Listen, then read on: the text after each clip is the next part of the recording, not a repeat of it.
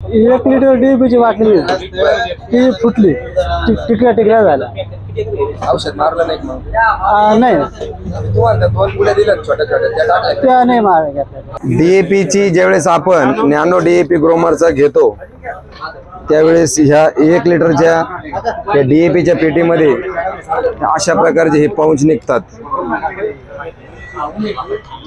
तर हे जे सॉल्व्हंट आहे डीएपीचं, तर बऱ्याच वेळेस शेतकरी बांधव कोणी एक चुका होतात.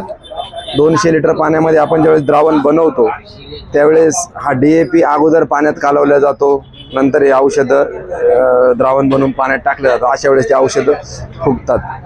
याचा जो क्रम आहे औषधं कालवण्याचा तो अशा पद्धतीनं आहे. 1 नंबरला कीटकनाशकाचं द्रावण बनवून 200 लिटरमध्ये टाका. नंतर हे जे बुरशीनाशक आहे कोणतं जे असेल ते टाका.